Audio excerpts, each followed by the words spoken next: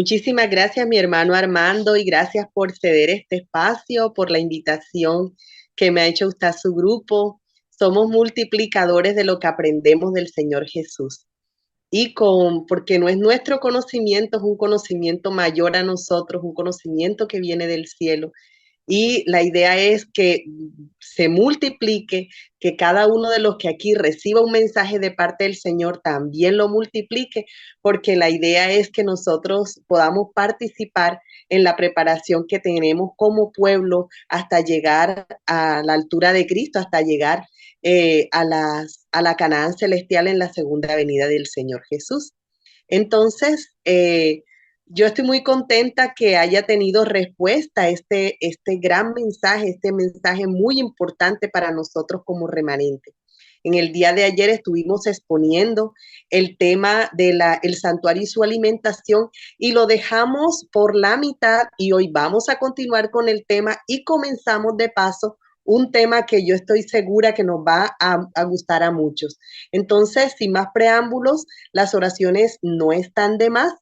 Vamos a inclinar el rostro para orar nuevamente y comenzar de una vez el tema, ¿les parece? Acompáñenme por favor a orar.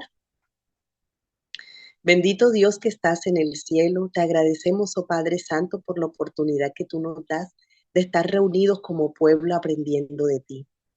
Más queremos que sean tus palabras las que sean habladas, las que sean dichas. Tu Espíritu Santo, Señor, con un mensaje para cada uno de nosotros. Danos la temperancia, la templanza para poner orden en nuestra vida. Que tu Espíritu Santo, Señor, nos motive a que nosotros podamos tener ese dominio propio que necesitamos. Ayúdanos a entender como remanente el mensaje de salud que tú tienes para nosotros en nuestro tiempo. Te lo pedimos, oh Dios, en el nombre de Cristo Jesús. Amén. Amén. Muy bien. El tema de ayer se tituló El mensaje alimenticio del santuario.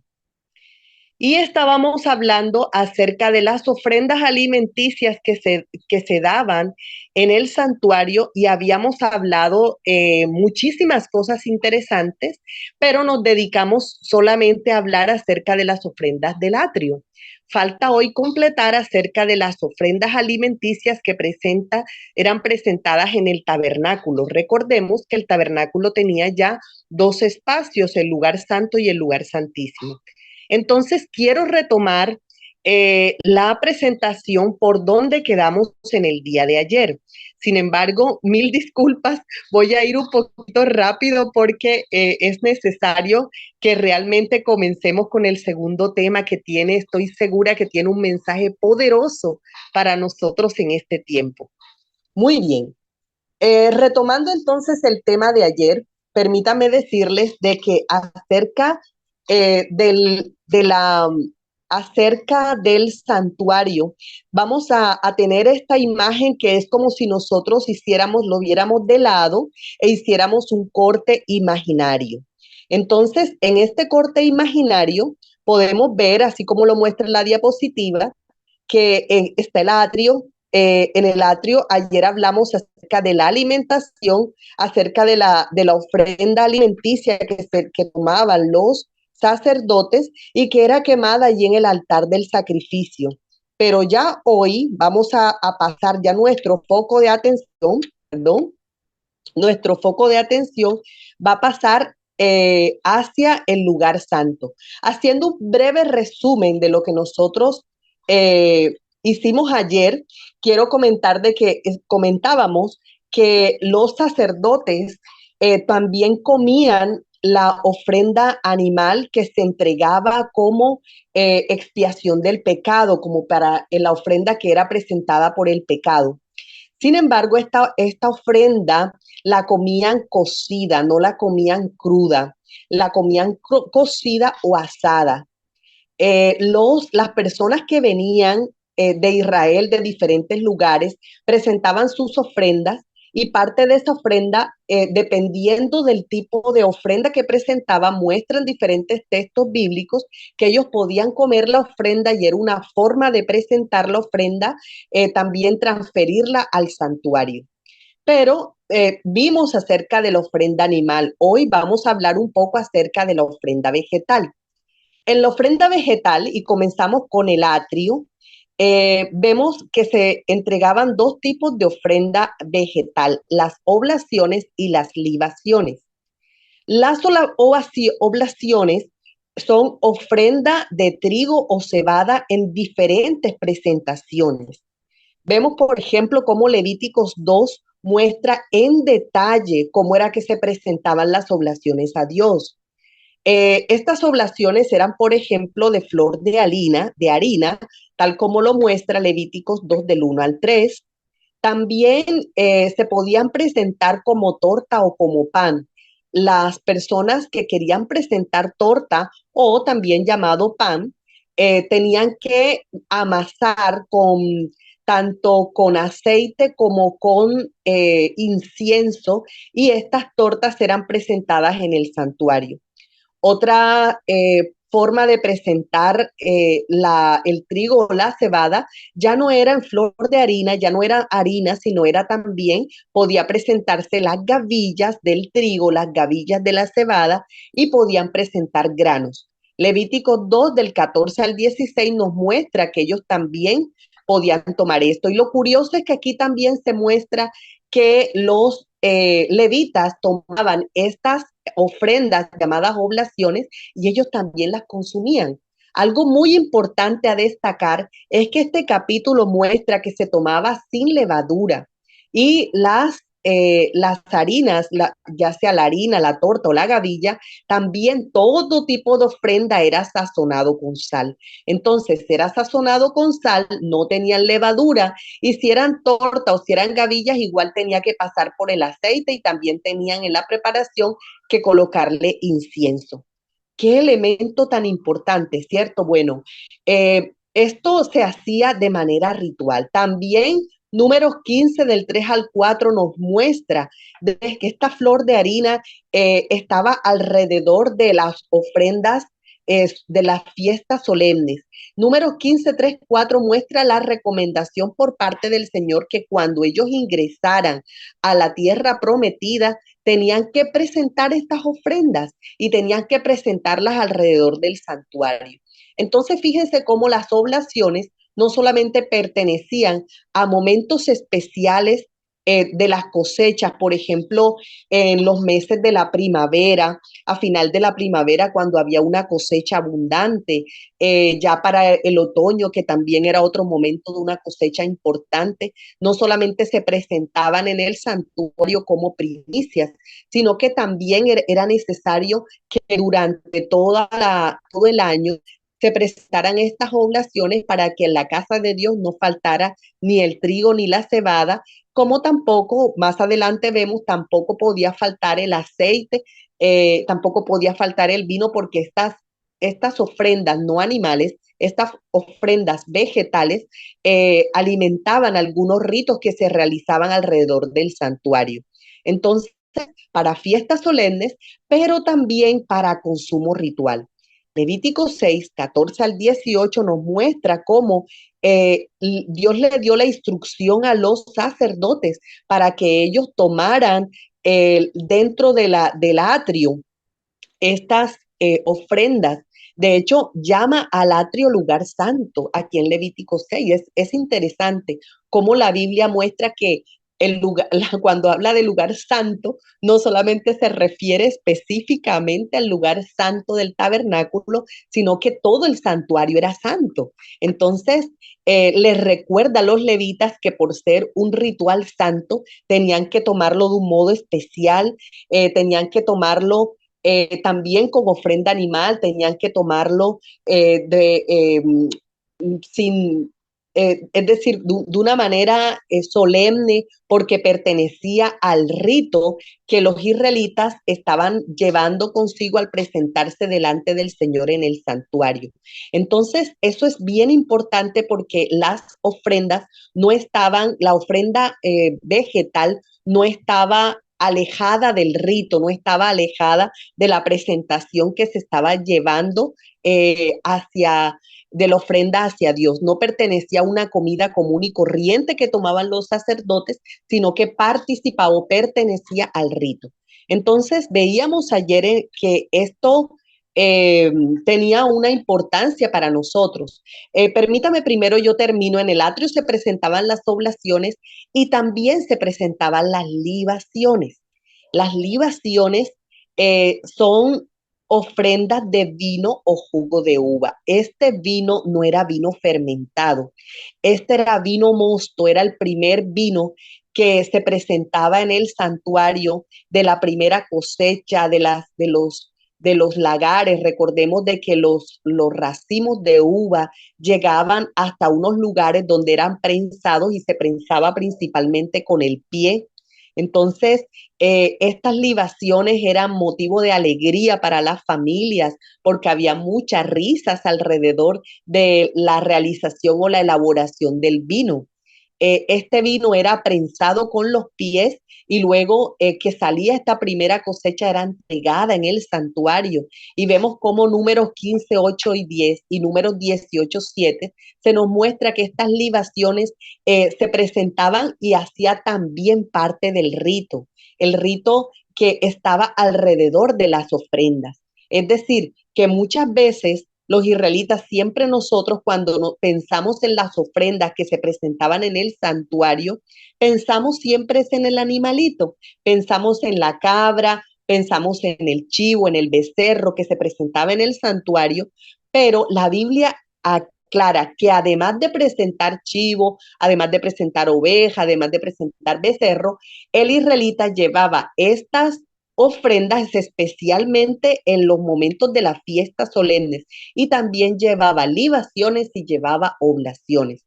Muy importante para tener en cuenta. Éxodo 39 nos da un dato curioso, nos muestra que el altar del incienso no llegaba vino, allí no se podía derramar vino. Y es curioso porque la Biblia dice las cosas de una manera directa, pero también lo dice de manera indirecta. Entonces, esta salvedad que se hace del altar del incienso de no tener vino, nos permite a nosotros entender que habían otros espacios dentro del lugar santo que podían tener vino, otros espacios además del atrio. Lo dejo allí como una curiosidad. Lo cierto es que el vino que se presentaba junto con la ofrenda animal, siempre ha representado el vino, la sangre de Cristo. Siempre ha representado la sangre de Cristo. De estos versículos, porque han habido muchos versículos, y se los dejo a mis hermanos para que ustedes también los puedan tener, sí quisiera leer Levítico 17:11, porque cada vez que hablamos de la sangre de Cristo, siempre nos referimos en el texto bíblico a textos que están en el Nuevo Testamento. Mas es curioso ver esta versión de Levítico 17:11 que ya habla también acerca de la sangre, mostrando la sangre de Cristo. Dice, Levíticos 17:11, porque la vida de la carne en la sangre está, y yo os la he dado para hacer expiación sobre el altar por vuestras almas, y la misma sangre hará expiación de la persona. Qué interesante, ¿cierto? Desde el Antiguo Testamento el Señor nos está hablando que ese vino que representa la sangre, y en este caso también la sangre del Cordero, nuestro Cordero de Dios, iba a ser expiación por el pecado, ¿cierto? Entonces, es muy interesante la comparación que la Biblia hace con respecto a la sangre, y recordemos que fue Jesús mismo quien dijo que iba a entregar su sangre para el perdón de los pecados. Y lo hizo en esa última cena que tuvo con los discípulos, donde entregó al mismo tiempo su carne. Hubo dos elementos que Cristo entregó, que fue su sangre y su carne, y dijo que Él nos alimentáramos de ello de una manera simbólica. Él dijo, en memoria de mí.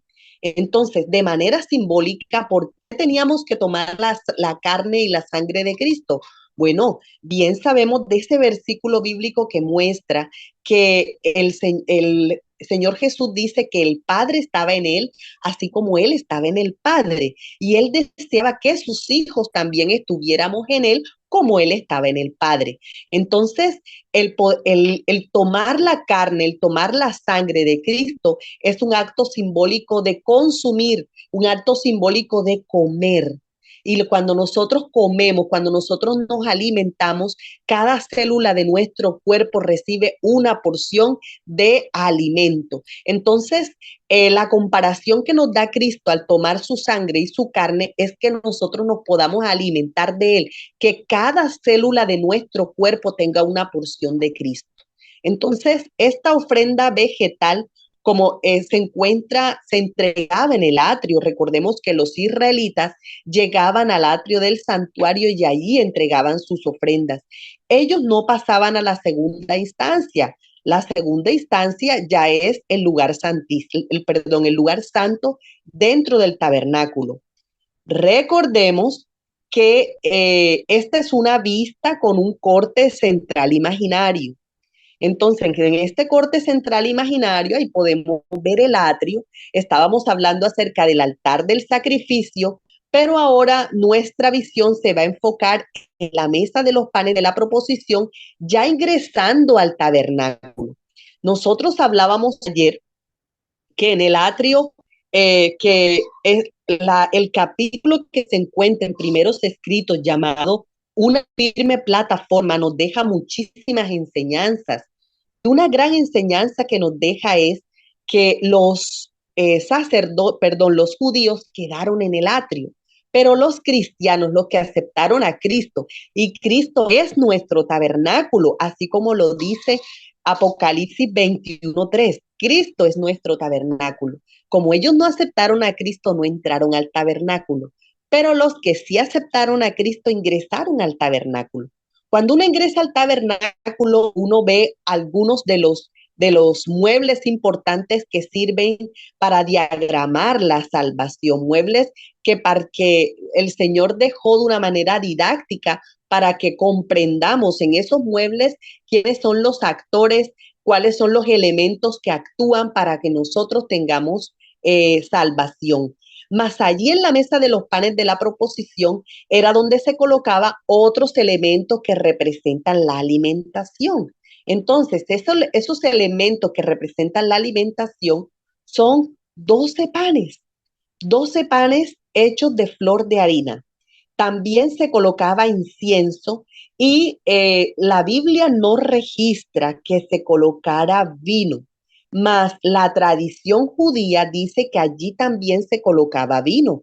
Y la Biblia de manera indirecta dice que también se colocaba vino porque recuerden ustedes el versículo que se señaló antes y que decía que el único lugar que no debía tener vino era el altar del incienso. Muy bien, entonces vemos cómo Levítico 24, vamos a tomar algunos apuntes de Levítico 24. En este capítulo se muestra cuáles eran de pronto uno de los procedimientos que se tenía con la mesa de los panes de la proposición y los panes que se colocaban en esta mesa. Dice Levítico 24 del 5 al 9. Y tomarás flor de harina y cocerás de ella 12 tortas. Cada torta será de 2 décimas de efa. Y las pondrás en 2 hileras, 6 en cada hilera, sobre la mesa limpia delante de Jehová. Pondrás también sobre cada hilera incienso puro, y será para el pan como perfume, ofrenda encendida a Jehová. Cada día de reposo lo pondrá continuamente en orden delante de Jehová, en nombre de los hijos de Israel como pacto perpetuo. Y será de Aarón y de sus hijos, los cuales lo comerán en lugar santo, porque es cosa muy santa para él, de las ofrendas encendidas a Jehová por derecho perpetuo. Muy bien, queridos hermanos, entonces nosotros vemos cómo aquí el Señor le dio una instrucción a los israelitas y era que prepararan estos panes santos y lo colocaran allí en la mesa. Y además de eso debían colocar incienso. Es curioso que sea en esta mesa, mis hermanos, cuando nosotros vemos textos como por ejemplo Éxodo 24, allí vemos que la mesa de los panes de la proposición tiene dos cornisas. Y cuando nosotros empezamos en detalle a analizar el santuario, nosotros vemos que obviamente la Shekinah, esa resplandecencia, esa iluminación, esa presencia de Dios que iluminaba el lugar del lugar santísimo, no era el único lugar donde se presentaba el Señor, es decir, el trono de Dios en el lugar santísimo correspondía allí donde el lugar de la Shekinah, pero en el lugar santo también había una ministración por parte del Señor, y esa ministración se daba allí o está representada allí por la mesa de los panes de la proposición. Entonces, el trono de Dios en el lugar santo corresponde a la mesa de los panes de la proposición, y es un mueble que tiene dos cornisas porque representa la estancia del Hijo y del Padre, mientras que el Espíritu Santo se ubica hacia el sur. Esta mesa es colocada en el norte, mientras que el candelabro de 7 brazos o menorá, que representa el Espíritu Santo, se ubica hacia el sur. Entonces, esto nos muestra también la obra de la salvación, que en el cielo está ministrando Jesús con su Padre, y en la tierra, en el sur, está ministrando el Espíritu Santo, que es el que nos acompaña, y a través del Espíritu Santo es que nosotros podemos acceder a Cristo, podemos acceder al Padre.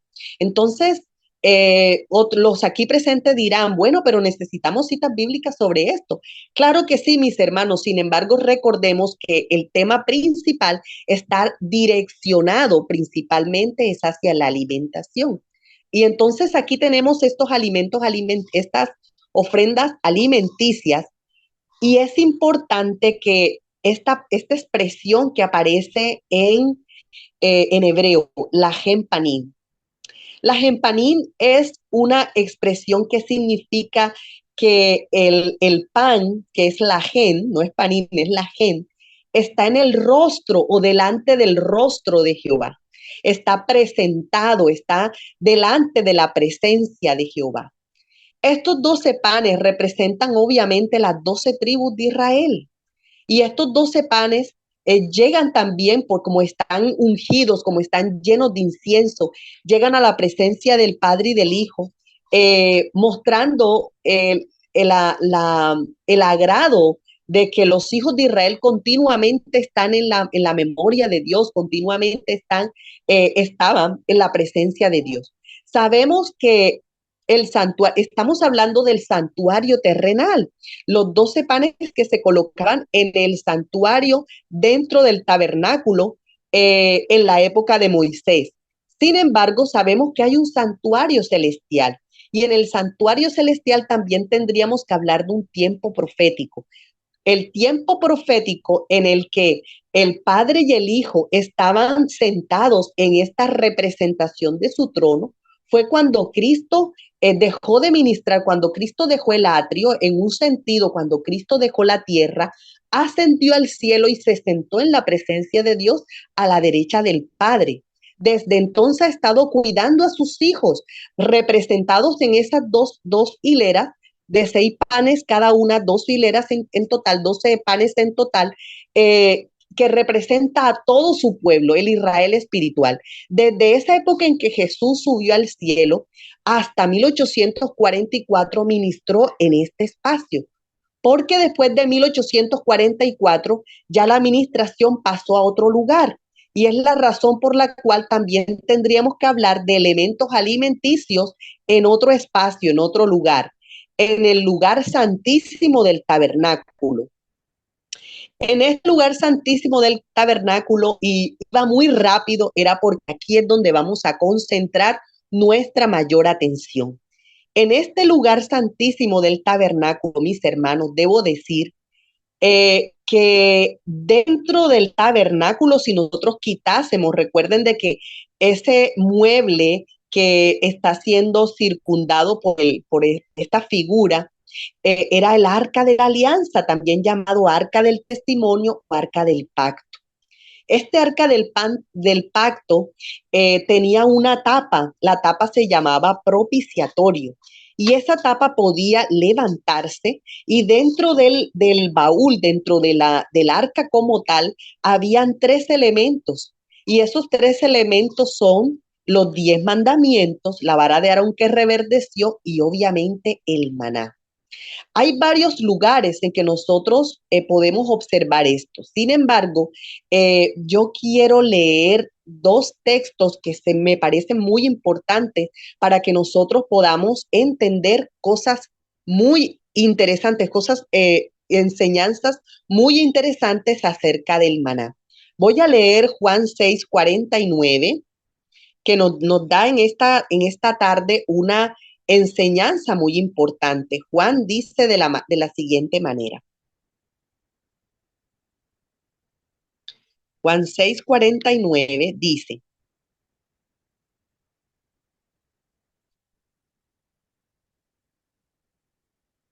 vuestros padres comieron el maná en el desierto y murieron. ¿Por qué hago énfasis en Juan 6:49? Porque el Señor está haciendo aquí una comparación acerca de la temporalidad, acerca de lo que es permanente y de lo que no es permanente. El maná como alimento era alimento físico y sin embargo ellos, a pesar de que tomaron ese alimento físico, murieron. Pero un poquito más atrás, es decir, en Juan 6:48, Jesús está hablando de algo que no muere, algo que es permanente, porque Jesús es ese pan de vida. De manera de que Jesús se presenta con algo alimenticio, se da una representación de algo que se puede comer. En este caso, aquí en el lugar santísimo, y Él es nuestro pan de vida. Y Él es el que nos puede dar algo que es permanente, que es la vida eterna. Ahora, recordemos que este pan que dio Dios y la primera vez que nosotros encontramos este pan fue en Éxodo 10:16.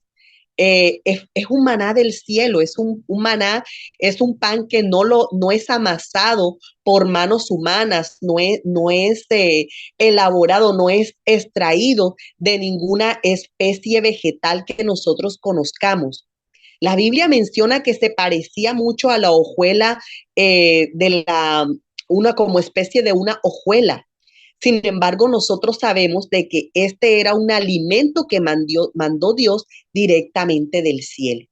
Entonces, este alimento se convierte en el sustento del remanente. ¿Cómo así, mi hermana? Bueno, en eso consiste justamente la predicación de esta noche, el tema que voy a presentar. Hasta aquí solamente he presentado las ofrendas que se llevaban al santuario, ofrendas alimenticias. Ayer hablamos mucho también la enseñanza acerca de la ofrenda animal y ahora hablamos acerca de la ofrenda vegetal. Pero esta ofrenda vegetal de nada serviría que nosotros solamente nos encargásemos de hablar de cuántas ofrendas llegan al santuario si no hacemos la parte que nos corresponde de ver la enseñanza de esas ofrendas, la enseñanza, que nos enseña cada una de esas estancias, pero no me voy a dedicar a hablar de todas las estancias, sino principalmente del lugar santísimo. Muy bien.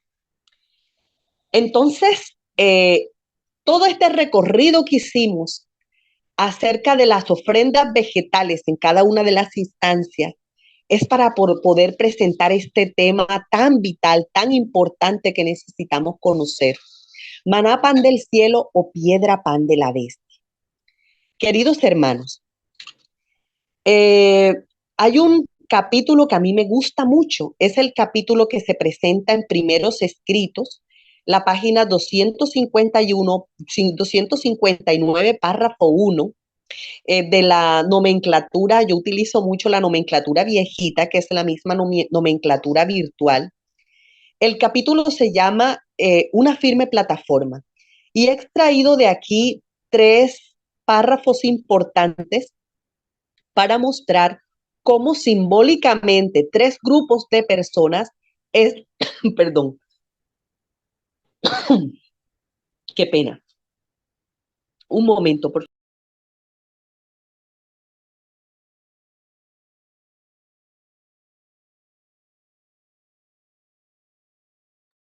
Muchas gracias.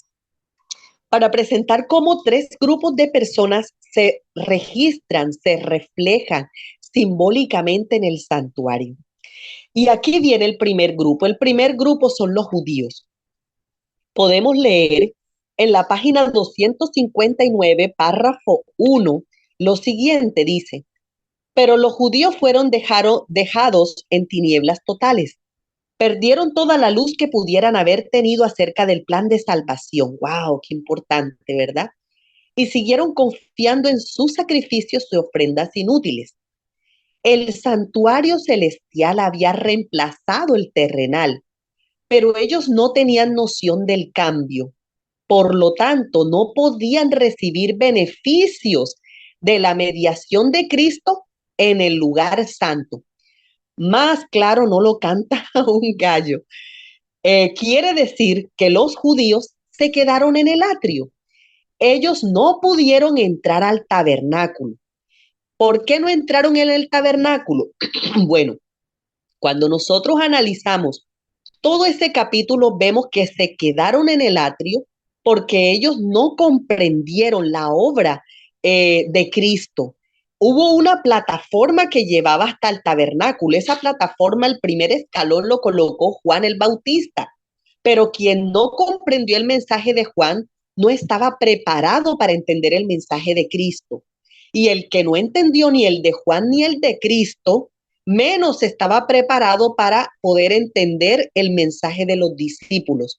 Entonces, había una plataforma en ese entonces que era Juan, Cristo y los discípulos, que llevaba a las personas en esa transición desde el atrio hasta el tabernáculo.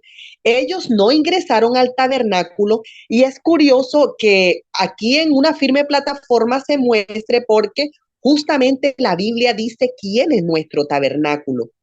Si nosotros buscamos Apocalipsis 21, el versículo 3 dice: y oí una voz, una gran voz del cielo que decía: he aquí el tabernáculo de Dios con los hombres, y él morará con ellos, y ellos serán su pueblo, y Dios mismo estará con ellos como su Dios. Wow, qué maravilloso que nos muestre aquí, se nos muestra aquí en Apocalipsis que Cristo es nuestro tabernáculo. Ellos no aceptaron a Cristo, ellos no ingresaron al tabernáculo. Queridos amigos, fíjense ustedes, otro grupo importante es el grupo número 2, que es el grupo de cristianos. Dice una firme plataforma, ya la página 260, párrafo 1. Los que rechazaron el primer mensaje no pudieron recibir beneficio del segundo. Tampoco pudo beneficiarles el clamor de medianoche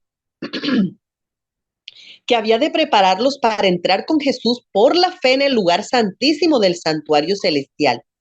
Y por haber rechazado los dos mensajes anteriores, entenebrecieron de tal manera su entendimiento que no pueden ver luz alguna en el mensaje del tercer ángel, que muestra el camino que lleva al lugar santísimo. ¡Wow! ¡Qué maravillosa revelación! Aquí hay varias revelaciones. El primer mensaje que quiero hacer énfasis es: los cristianos, desde la época en que se dio eh, la, la predicación de los discípulos hasta la iglesia de Filadelfia, vinieron en un ascenso, vinieron en un aprendizaje, pasaron por muchísimas cosas. Pero en la iglesia de Filadelfia, y lo puede usted leer en Apocalipsis 7, Apocalipsis 8, los primeros versículos, Apocalipsis 3, 7 y 8, qué pena con ustedes, Apocalipsis 3, 7 y 8, allí pueden ver la iglesia de Filadelfia y pueden ver cómo esta iglesia no tiene por parte del testigo fiel reproche. Era una iglesia que vivía en el amor de Cristo. Y esa iglesia pudo vivenciar cómo delante de ellos se abría una puerta. Cristo abría una puerta que nadie podía cerrar. Y al mismo tiempo Cristo les cerraba una puerta que nadie podía abrir. Esa puerta era la del lugar santísimo. Por eso era necesario que se presentara un chasco, porque el Señor necesitaba saber quiénes le seguían de corazón, quiénes le seguían por encima de todas las cosas. Sabemos que en 1844 muchos cristianos no aceptaron el mensaje del primer ángel, no aceptaron ese mensaje del juicio, ese mensaje que comenzó con Guillermo Miller diciendo que hasta 2300 tardes y mañana y luego el santuario sería purificado.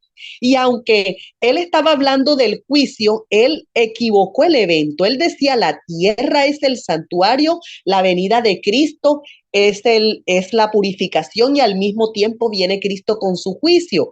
Él se equivocó en el evento, pero él no se equivocó en la fecha, él no se equivocó en lo que estaba pasando, hubo una malinterpretación de un mensaje, pero era necesario que Guillermo Miller predicara acerca de esto. Y nos muestra Apocalipsis 10 que este mensaje fue dulce en la boca, pero amargo en el paladar. Y a pesar de que fue amargo en el paladar, el Señor le dijo a los cristianos que aceptaron este mensaje, profetiza otra vez. ¿Esto qué quiere decir? Que hubo un grupo de cristianos que sí pasó, que sí entendió ese mensaje del tercer ángel, se abrió paso al lugar santísimo y ellos aceptaron la profecía, aceptaron una profecía especial para este tiempo. Y ese grupo de cristianos se convirtió en el remanente, ese remanente del que habla Apocalipsis 12. Acompáñenme, mis hermanos, a leer un versículo muy conocido por ustedes, que es Apocalipsis 12:17. Dice de la siguiente manera, dice, entonces el dragón se llenó de ira contra la mujer y se fue a hacer guerra contra el resto de la descendencia de ella. Ojo, el resto, es decir, el remanente, los que guardan los mandamientos de Dios y tienen el testimonio de Jesucristo. Interesante, este remanente estaba teniendo el testimonio de Jesucristo. Y por allá el versículo, perdón, por allá el versículo 10 del capítulo 19 de Apocalipsis nos dice que el testimonio de Jesucristo es el espíritu de la profecía. Este grupo especial de hermanos iba a tener el espíritu de la profecía, de manera de que tenía muchas enseñanzas ese remanente que debía revisar. Voy a leer este pasaje que se encuentra en Primeros Escritos, página 254, párrafo 1. El título de este pasaje se llama El tercer ángel. Dice, cuando cesó el ministerio de Jesús en el lugar santo y pasó al Santísimo para estar de pie delante del arca al que contenía la ley de Dios, envió otro poderoso ángel con un tercer mensaje para el mundo. Un pergamino fue puesto en la mano del ángel y mientras descendía a la tierra con poder y majestad proclamaba una terrible amonestación, acompañada de las más tremendas amenazas que jamás se dirigieron contra el hombre. Tenía por objeto aquel mensaje poner en guardia a los hijos de Dios, revelándoles la hora de tentación y angustia que los aguardaba. Dijo el ángel, tendrán que combatir tesoneramente contra la bestia y su imagen. Su única esperanza de vida eterna consiste en permanecer firmes. La atención de cuantos aceptan este mensaje se dirige hacia el lugar santísimo. Entonces la pregunta es obvia. ¿Este remanente dónde tiene que mirar para poder resistir a la bestia? La respuesta es, debe mirar hacia el lugar santísimo. Este remanente, ¿cuál fue esa amonestación terrible que tuvo? Bueno, eso lo podemos leer en el mensaje del tercer ángel, que lo encontramos en Apocalipsis 14:9. Voy rápidamente a leer esa amonestación. Dice, y el tercer ángel lo siguió diciendo a gran voz, si alguno adora a la bestia y a su imagen y recibe la marca en su frente o en su mano, él también beberá del vino de la ira de Dios. Aquí comienza la amonestación, que ha sido vaciado puro, purito en el cáliz de su ira y será atormentado con fuego y azufre delante de los santos ángeles del Cordero. ¡Wow! Y el humo de su tormento sube por los siglos de los siglos. Y no tienen reposo de día ni de noche los que adoran a la bestia y a su imagen, ni nadie que reciba la marca de su nombre. Aquí está la paciencia de los santos, los que guardan los mandamientos de Dios y la fe de Jesús. Queridos hermanos, qué gran amonestación. Aquí nos está diciendo que aquel que adora a la bestia se va a encontrar nada más y nada menos con el cáliz purito, puro de la ira de Dios. Y allí no escatiman en la amonestación, habla de infierno, habla de fuego, habla de una cantidad de elementos para que nosotros entendamos que es una amonestación importante. Entonces, si nosotros no queremos vivir eso, ¿qué es lo que debemos hacer? Allí las letras en rojo nos dan el consejo. Dice, combatir tesoneramente, es decir, hay algo que debemos atesorar, hay algo que debemos nosotros hacerlo con tesón, un combate con tesón. Y este combate es contra la bestia y su imagen. Y que es donde tenemos que mirar para poder saber cuál es el tesón que debemos tener para poder combatir. Debemos mirar hacia el lugar santísimo. Fíjense ustedes, hay otro pedacito que no podía pasar por alto, que también se encuentra en Primeros Escritos, página 254, pero en este caso el párrafo 2 dice, vi que el tercer ángel, discúlpenme, vi que el tercer ángel señalaba hacia lo alto, indicando a los que habían sido chasqueados el camino al lugar santísimo del santuario celestial. Miren estas palabras que los coloqué en rojo por lo importante que son. Los que por fe entraban al lugar santísimo, hallaban a Jesús y resurgía en ellos la esperanza y el júbilo. Hermanos, ¿dónde te encuentras tú? ¿Sí pasaste al lugar santísimo o todavía quieres estar mentalmente en el lugar santo? Si quieres pasar al lugar santísimo y encontrar a Jesús, debes aprender de lo que está en el lugar santísimo. Ahora, ¿qué encontramos en el lugar santísimo que nos permite aprender? Nada más y nada menos que el arca del testimonio. ¿Y qué hay dentro del arca del testimonio? Bueno, Hebreos 8, 3 y 4 dice de la siguiente manera. Tras el segundo velo estaba la parte del tabernáculo llamada el lugar santísimo, el cual tenía un incensario de oro y el arca del pacto cubierta de oro por todas partes, en la que estaba una urna que contenía maná, la vara de Aarón que reverdeció y las tablas del pacto. Aquí viene lo importante, lo interesante. Aquí viene lo importante porque me está mencionando un alimento, me está mencionando un elemento alimenticio, como lo decía al principio, algo que puedo yo tomar con mi boca, ingerirlo, digerirlo, absorberlo, como aprendimos nosotros allá en natural, en los tres procesos principales de la digestión. Ingerirlo con la boca, masticarlo, como así, que me enseña a mí el maná, tengo que masticarlo, tengo que digerirlo, tengo que analizarlo, tengo que mirar por delante el mensaje, mirar por detrás el mensaje, mirar qué me enseña a mí ese maná y absorberlo. Cuando lo absorbo es cuando ya finalmente le entiendo las muchas enseñanzas que tiene el maná, póngalo en práctica, llévelo a su sangre, llévelo a cada una de las células de su ser, porque esto es lo que realmente alimenta el pan del cielo, el que dejó Dios especialmente a su remanente. Y este pan del cielo, ¿qué nos enseña? Bueno, este pan del cielo enseña muchísimas cosas. Voy a mostrar aquí una comparación en contraste. ¿Por qué? Porque resulta que estábamos hablando de que nosotros pertenecemos al remanente. El remanente tiene que mirar hacia el santuario, especialmente hacia el lugar santísimo, para combatir tesoneramente con la bestia. Entonces, voy a repetir esa parte que dice Primeros Escritos 254:1. Dice, dijo el ángel, tendrán que combatir tesoneramente contra la bestia y su imagen. Su única esperanza de vida eterna consiste en permanecer firmes. La atención de cuantos acepten este mensaje se dirige hacia el lugar santísimo. Muy bien, hablemos un poquito de la bestia. Esta bestia la encontramos en Apocalipsis 13. Voy a leer qué dice Apocalipsis 13, especialmente el versículo 4. Apocalipsis 13:4 me muestra quién es el que está. Vamos a leerlo desde el 1 como para hacer un análisis de esa bestia. Dice, me paré sobre la arena del mar y vi subir del mar una bestia que tenía 7 cabezas y 10 cuernos, y en sus cuernos 10 diademas, y sobre sus cabezas un nombre blasfemo.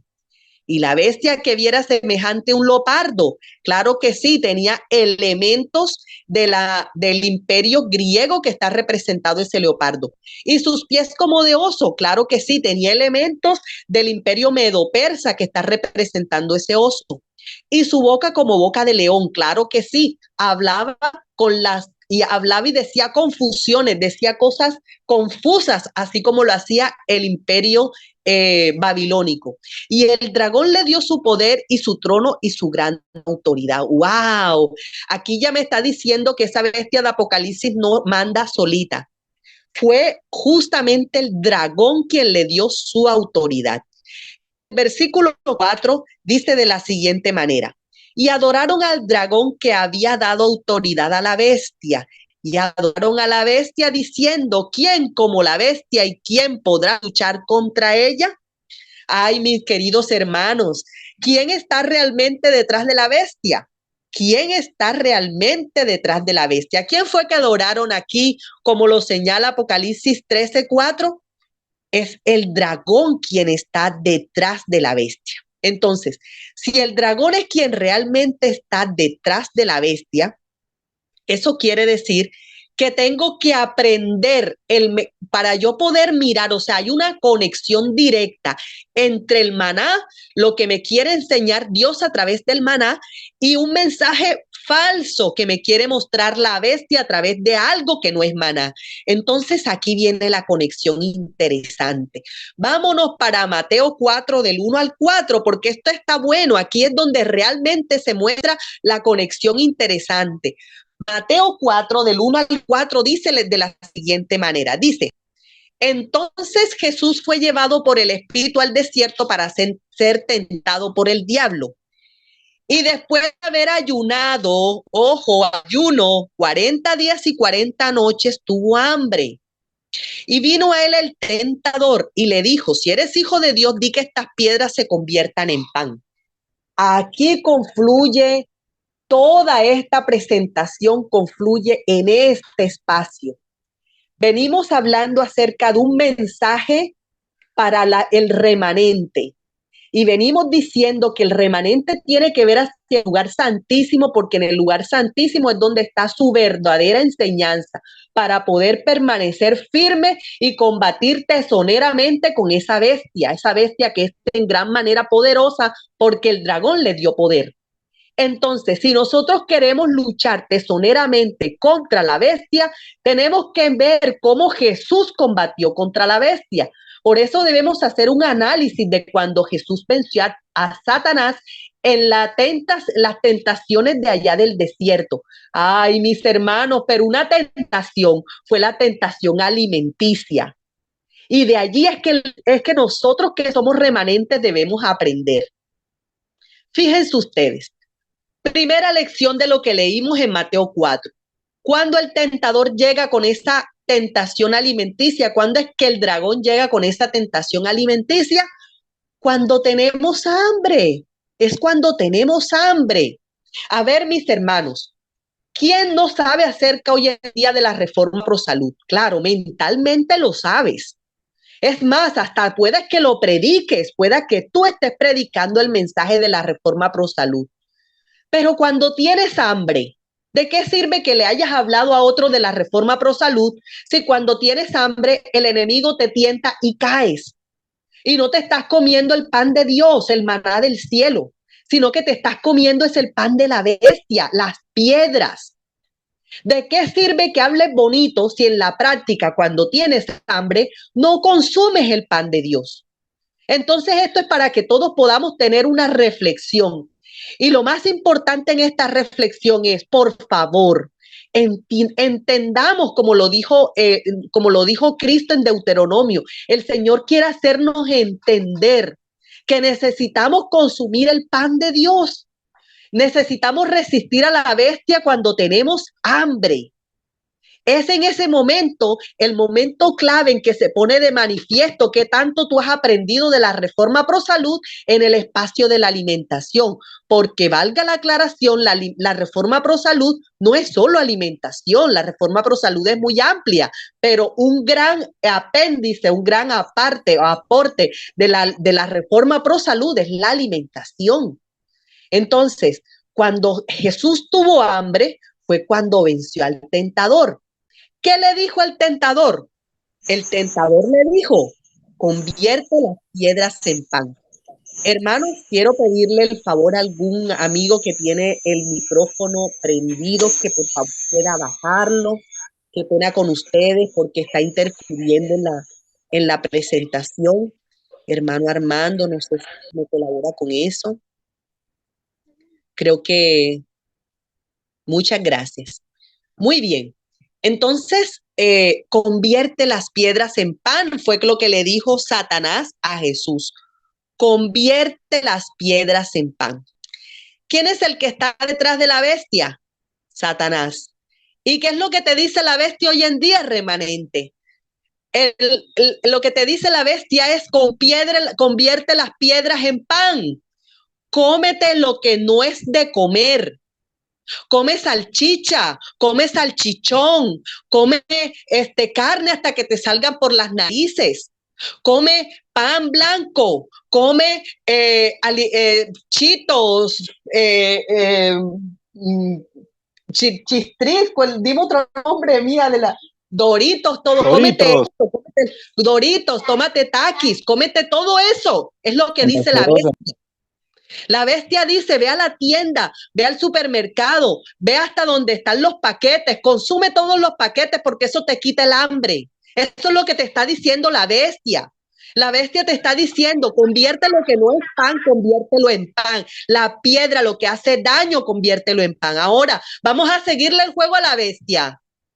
Ojo, remanente, a despertar, vamos a despertar. No podemos seguirle a nosotros el juego a la bestia. No podemos continuar con ese juego. Cuando tenemos hambre, no mire para ningún taquis ni para ninguna chitos o doritos. Eso no es pan, eso es piedra. Tenemos que tomar una decisión en nuestra vida y la decisión se toma justo en el momento en que tenemos hambre. Y si es necesario demorarnos 1 hora con ese hambre, la demoramos, pero hay que cocinar. Y hay que cocinar cosas que el Señor dejó para que sean nuestro alimento. Entonces, así como Jesús venció la tentación, Dios nos está enseñando a vencer la tentación. Tenemos que instruirnos más. No, yo hace 2 años y medio tomé la decisión junto con mi hija de ser vegetariana y comencé sin saber muy bien qué era eso. Pero el Señor me ha abierto el camino porque estoy segura que ese es el mensaje que Dios quiere para nosotros en el remanente. Y yo me sorprendí. Y miren ustedes, yo no soy, ¿cómo se le llama esto? Disidente, ni tampoco yo no soy mucho menos de la reforma. Yo no soy eso. Yo pertenezco a mi iglesia adventista del séptimo día, de la común y corriente, de la tradicional, pero a pesar de eso, les voy a decir una cosa que sí predican los demás y algo que nosotros nos debe hacer despertar, porque ese mensaje es para los adventistas, ese mensaje no es para los de afuera.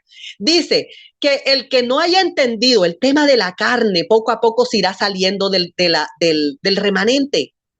Yo cuando leí eso me pellizqué, yo dije, wow, Señor, esto es un tómalo, déjalo. Ese mensaje no es para los disidentes, ese mensaje es para los adventistas, ese mensaje es para los del remanente. Si tú consideras que eres el remanente, tenemos que revisar el mensaje profundo que nos viene a nosotros alimenticio con la reforma pro salud. Ustedes disculpen, estoy emocionada hablando de esto. Digan ustedes que es el Espíritu Santo, alguna amonestación que viene con estas palabras, pero es la verdad.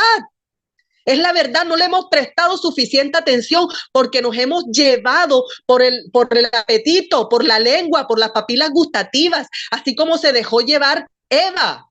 Cuando Satanás le dijo, no morirás.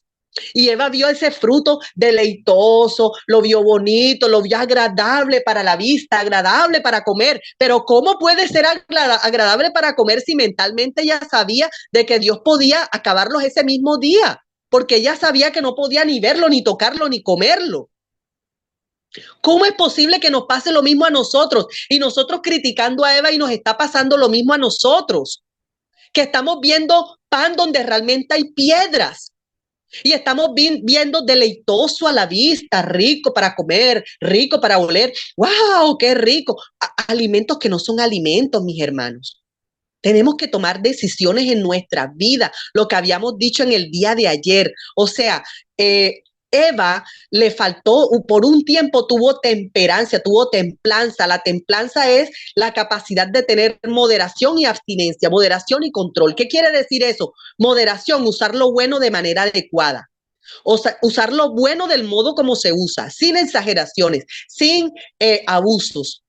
Y abstenerse de lo malo. Pídale al Señor dominio propio, el Señor se lo da. ¿Cómo no le va a tener dominio propio? Uno de mis versículos favoritos dice, el Señor no nos ha dado a nosotros espíritu de cobardía. Usted no es cobarde. Usted no es cobarde porque usted tiene el espíritu de Dios. Y si el Señor no le ha dado a usted espíritu de cobardía, le ha dado dominio propio, amor. Y si usted ama a Dios, usted puede tener ese dominio propio para que usted le diga a la piedra, no te voy a comer más. Y hay que aprender a comer el pan. Hermanos, Deuteronomio 8:7 fue lo que Cristo le respondió a Satanás. Un escrito está. Vamos a ver qué tiene ese escrito está. Muy bien, voy a buscar en la Biblia qué tiene ese escrito está, porque ese escrito está es muy interesante. Vamos a buscarlo en Deuteronomio 8. Deuteronomio 8 dice de la siguiente manera. Y te afligió Dios y te hizo tener hambre. Ojo, qué interesante. Y te afligió Dios y te hizo tener hambre y te sustentó con maná, comida que no conocías, tú ni tus padres ni la habían conocido, para hacerte saber, ojo, para hacerte saber, ojo a esa expresión, que no solo de pan vivirá el hombre, mas de todo lo que sale de la boca de Jehová vivirá el hombre. Qué versículo tan maravilloso. Ese fue el escrito está que le respondió Cristo a Satanás. Ese escrito está tiene un mensaje bonito. Ese escrito está, dice que él te sustentó con maná, comida que no conocías. Querido remanente, ese maná no está puesto en el atrio, ese maná no está puesto en el lugar santo, ese maná está puesto en el lugar santísimo, porque ni los judíos ni los cristianos regulares conocen el mensaje pro salud que tú sí conoces, que tú sí puedes conocer. Es un alimento que vino directamente del cielo y que hoy en día los científicos lo han aprobado. Necesitas tú enfermarte y llegar al médico para que sea el médico quien te diga, coma esto, esto y esto otro, y no coma esto y esto otro. Necesita usted llegar hasta el médico para que sea el médico quien determine su salud. Cuando Cristo ya lo ha determinado y nos ha dado a nosotros, remanente, un mensaje maravilloso a través de los diferentes libros que nos ha dejado a nosotros, el remanente que tiene el testimonio de Jesucristo, y el testimonio de Jesucristo es el espíritu de la profecía. No siga peleando contra el profeta que dejó Dios en este tiempo. Se llama Ellen White. Lo ha comprobado, así como dice la prueba del profeta, es que si dice el profeta y se cumple, viene de Dios. Todos los mensajes que Dios le ha dado a esta mujer, que no habla ella, sino habla el Espíritu Santo a través de ella, han sido mensajes que se han venido cumpliendo. Para muestra un botón, miren, yo tuve la dicha de estar el año pasado en Barranquilla. Y en Barranquilla me pude enterar que en la Universidad Metropolitana, la Facultad de Nutrición, hay una profesora que no es adventista, no es cristiana, pero ella pone a los estudiantes a leer acerca de consejos sobre el régimen alimenticio, porque ella dice que todo lo moderno que ella le enseña está ahí y se escribió 170 y pico años atrás. Interesante, ¿cierto? Y nosotros creyendo que eso no tiene fundamento, que esos son consejitos, que no, que allí lo déjelo, no, el remanente debe tomarlo, porque eso es directamente pan de Dios, es directamente un conocimiento que viene del cielo. Muy bien, y ya para terminar, mis hermanos, porque nos hemos tomado 14 minutos más del tiempo regular. Voy a hacer énfasis en esa expresión que aparece en Deuteronomio 8:13. El Señor quiere hacerte entender. El Señor quiere hacerte entender. ¿A quién quiere hacerle entender? A Albertina, a Ana, Ana Isabel Guzmán, a Ana Laleman, a Ana Isabela, a Angelita, a Carlos Guerrero, a Cristian, a Elsie, a Guillermina, a Herminda, a Hugo, a Isbelia, a Jenny, a Jorge, a Julio, a Lisbeth, a Olivia, a Magali, Marcela, a María, a Mirna, a Pilar, a Rosa Merisa, a Ruth, a Saluda a tu alcance, no sé quién es, a Ítalo, a Fanny, a todos ellos el Señor quiere hacernos entender.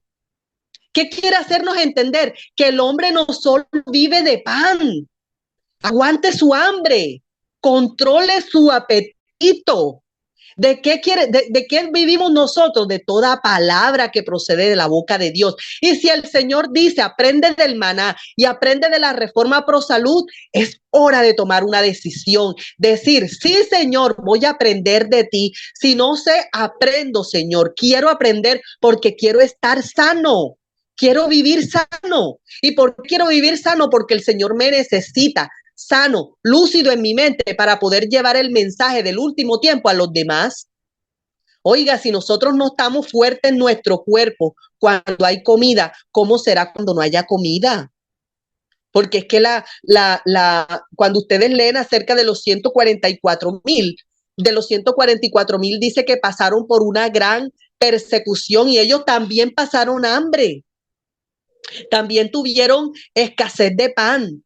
Entonces, si nuestro cuerpo no se alimenta con un pan sólido dado por Dios, con todos los consejos que el Señor nos da, ¿cómo vamos a estar? ¿Cómo vamos a nosotros a soportar todo lo que se viene encima, pierna arriba, como dice un dicho?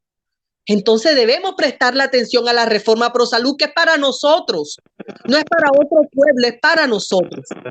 Entonces, haciendo un contraste, vamos a cerrar los micrófonos.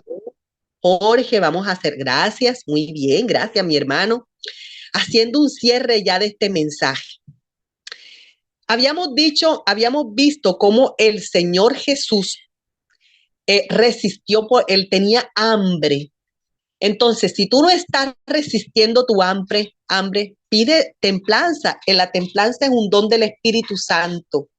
Y el Señor te ayuda a resistir ese hambre, te ayuda a resistir. Y te ayuda a resistir el pan que te muestra la bestia. El Señor tuvo hambre, a ti te da hambre, a mí me da hambre, pero aprendamos a resistir ese pan de la bestia, lleno de dulce, lleno de alimentos procesados. Aprendamos a resistirlo y aprendamos del Señor. Lo segundo, el enemigo de Dios le dijo a Jesús, convierte las piedras en pan. Pero yo te digo a ti hoy, remanente, no te engañes con las piedras de la bestia. Dios nos ha dado conocimiento profundo acerca de la verdadera alimentación. Aprendamos de Dios. No le comamos las piedras a la bestia, comamos el pan del cielo. Y Jesús respondió con un escrito está. Y nosotros también tenemos el escrito está de la Biblia. De la Biblia, nuestra mayor fuente de conocimiento. Y tenemos para este tiempo la palabra profética más segura, esa que alumbra como antorcha. Así es que no dejes de leer consejos sobre el régimen alimenticio. No dejes de leer ministerios de curación. No dejes de leer consejos sobre salud. Ay, mi hermana, ¿qué voy a hacer? Yo no tengo plata para comprar esos libros. ¿Cómo se llaman estas?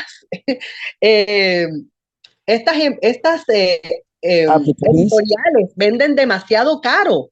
Haga el esfuerzo, mi hermano, compre los libros. Ay, mi hermana, pero realmente no puedo, no tengo los libros. No hay excusa. ¿Quieren que les diga una cosa? Hoy en día tenemos el internet, tenemos las aplicaciones. Yo tenía muchos libros de estos rojitos y todos por las diferentes mudanzas que he tenido se me han ido perdiendo uno tras otro. Y esa no es la excusa para yo dejar de leer. Yo esos libros rojitos los leo todos en el celular y el celular y los aplicativos tienen forma de que usted guarde pedacitos para que los tenga ya a la mano cada vez que quiera repasar o quiera estudiar. No hay excusa para el remanente. En una época donde hay tanta tecnología, no hay excusa para que tú no te leas o entres a tu internet y leas por lo menos de manera virtual los libros y lo escudriñes con tu grupo y puedas comer el maná del cielo, porque Dios quiere darte salud, quiere que tú tengas salud. Miren, les voy a poner una tarea a todos, todo el que quiera aceptar esta tarea. Hay un documental en Netflix, se llama What the Health. A mí me llamó mucho la atención, voy a escribirlo aquí en el chat, cómo se escribe, para que ustedes lo puedan averiguar. Ustedes allí lo pueden escuchar en español, What the Health. Allí está. Me da un poquito de gracia porque hay una expresión en inglés que es what the hell, pero que significa como que ¿qué es este infierno? ¿Sí? Pero aquí han hecho un juego de palabras y health significa salud. Entonces, what the hell es qué pasó con la salud. ¿Sí? Entonces, este documental me gustó mucho. Yo me lo vi desde el principio hasta el final con mi hija, mis hermanos, porque allí en el documental está todo lo que está en la reforma pro salud.